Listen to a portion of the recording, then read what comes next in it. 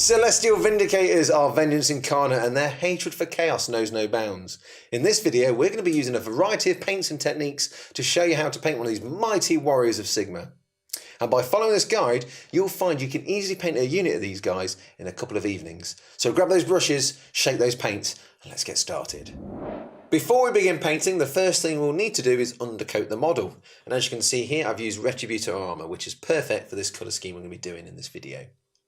Now the first colours we're going to be using is a contrast paint called Talissar Blue, and we'll be thinning this down with contrast medium. So what I'm going to do first, I'm going to be using a medium shade brush for this. I'm going to be applying the contrast medium to my palette first. I'm looking at like 2 parts medium, actually I'll just a little bit more there because I didn't load up too much, and then 1 part contrast. So that should be nice and, I say thin down enough, not runny, but thin down enough. What we're going to do now is just get our brush to a nice point, and then we're going to start picking out the armour.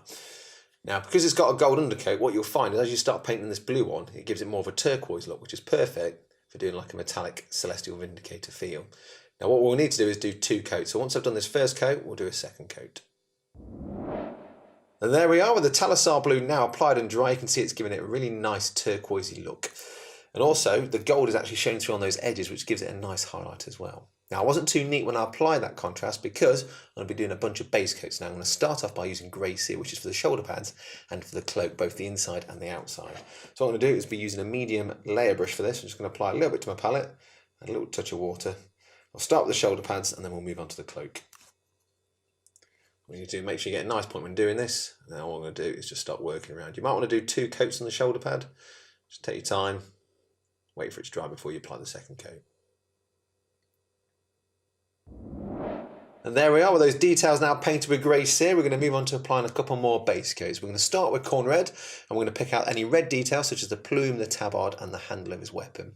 We'll then paint any areas we want black using Mechanica Standard Grey. We'll paint any silver areas using Lead Belcher, and then we're going to finish off by just painting Retributor armour on any remaining gold details, especially because we've been applying other paints that may have got splodged. So first of all, let's start with that red. So I'll be using a medium layer brush still, apply a little bit to my palette, a little touch of water. And again, you don't want it too thick and goopy, so that's why we add a little bit of water to this. And then we'll start painting that tabard. Like I say, don't forget his plume, as well as the handle on his weapon as well.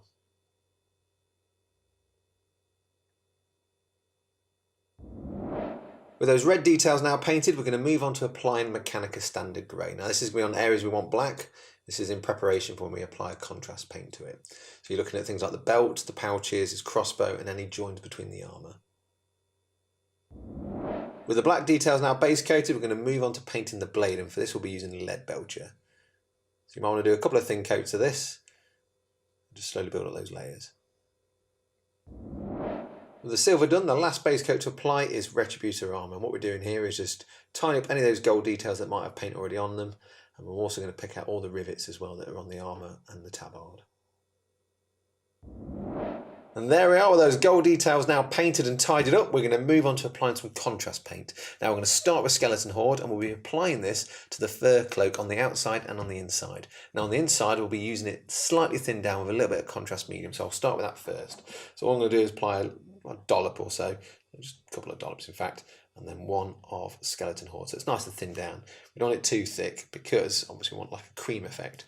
So all I'm going to be doing now is just applying that on the inside of the cloak. You might want to add a second coat after it's dry, just in some of those deeper recesses. Once you've done that on the outside where the fur is, then all you need to do is just use it straight from the pot. With the Skeleton Horde now applied and dry, we're going to move on to applying some more contrast paints.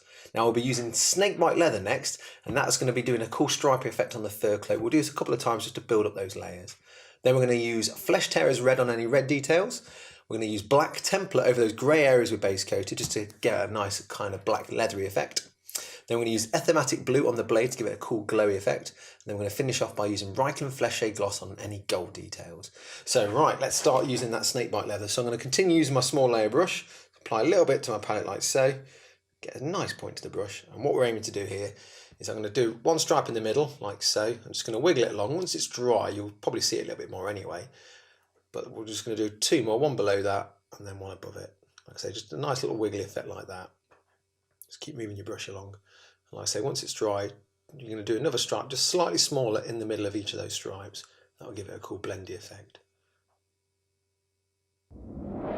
With the fur cloak design now done, we're going to start using Flesh Tearer's red on any red detail. So I'm going to start on the tabard, then move to the plume, and obviously I'll do his little handle grip, which is just there as well. With those red areas now done, we're going to move on to applying Black Templar to those grey areas. Now the reason why we're painting them grey was once it dries, it gives you a nice natural highlight. So the black area is now applied and dry. We're going to get Athematic blue and we're just going to apply this to his blade. This will give it a nice kind of azure glow to it. With the blade now coated in Athematic blue, we're going to apply Reikland Flesh Shade gloss to all the gold details. With it being gloss, this will still maintain its nice shiny blingness. Those gold areas now shaded, we're going to move on to doing some highlights. Now we're going to start by using Stormhost Silver. We're going to concentrate us on the gold, but we're also going to highlight the blade as well. Then we're going to move on to highlighting the red. So we're going to start by using Evilson Scarlet on the red and finish off with a fine highlight of Wild Rider red. And finally, we're going to pick out some black details using Dawnstone. This is mainly going to be the crossbow and his pouch. So first of all, let's start with that Stormhost Silver. So I'm going to use a medium layer brush for the moment to get a nice dollop there and a little touch of water. I'm just going to get my brush to a nice point, just keep rolling it around until you're happy with the point, and then we're going to start highlighting some of that silver. Now I'm not going to highlight every area, I'm just going to keep it to some of the real sharp edges. So like things like his shoulders, I can just use the edge of the brush, you can get a nice consistent line there. Same for like the blade as well. And some places like his rivets, just going to do a little dot here and there. With those silver highlights done, we're now going to move on to highlighting the red, and for this we'll be using Evilson Scarlet. So we're going to start off with fairly chunky, broad highlights because the next ones will be a little bit thinner. With that first highlight done, we're now going to move on to using Wild Rider red. And all we're aiming to do here is just pick out some of those real raised bits and just make the highlight a little bit thinner, just to give some nice definition. With the red highlighted, we're now going to move on to using Dawnstone to highlight his crossbow and his pouch. I'm not going to go too mad, just using the edge of the brush, so those hard edges. Because the crossbow is slightly bigger, it's better to highlight it because it's quite an obvious thing if you don't do that. With the crossbow and belt now highlighted, we're going to move on to applying some hard coat to the armour. Now hard coats are gloss, so this is going to make the armour really stand out and give it a nice polished sheen to it. So I'm going to use it straight from the pot, however I'm going to apply some to my palette first. I'm not going to be thinning this down, this is more just to get a nice point to the brush so I've got more control. Once I've got a nice point, I'm going to start applying it to the actual armour. I'm only going to concentrate on the turquoise armour and nothing else. So just take your time and work your way around those areas. And there we are with the hard coat now applied and dry. Our Stormcast is pretty much finished. All that's left to do is to paint the base. So what we're going to do is we're going to start off by applying Mournfang Brown to any of the wooden details. We're going to use Mechanica Standard Grey for any stonework, Deathwood Forest for any of those leaves that are hanging around on the base. Then we're going to coat the entire lot with Snakebite Leather. And when that's dry, we're then going to rim the edges using Steel Legion Drab. So first of all, let's start painting that trunk and any wooden details. I'm just going to apply a little bit to my palette like so. A little touch of water because we can always do a couple of coats. Now because it's obviously got gold underneath it, you might find that some of the edges will show some of that gold, so it's always worth doing a second coat. So all we're doing here is just painting all those wooden details. I'm using a medium layer brush for this. With those brown areas now done, we're going to move on to applying Mechanica Standard Grey to the flagstones. So just be mindful when you're going around his feet not to splodge, and if you do make mistakes, just try and wipe it off or tidy back up. With the stonework done, we're now going to move on to painting the leaves with Deathwood Forest. Again, just take your time and just try and pick out all those leaves that you can see. With the leaves now picked out, using a medium shade brush, we're going to start applying Snakebite Leather all over the base. In some places you can pull it quite heavily, in other places just take your time, especially around some of those flagstones, you don't want to pull it too much. Once the base is dry, we're going to start painting the rim using Steel Legion Drab. Now you'll notice I've taken it out of the handle just because it makes it easy to paint that rim, and also I always recommend doing a couple of thin coats, you don't want it too gloopy.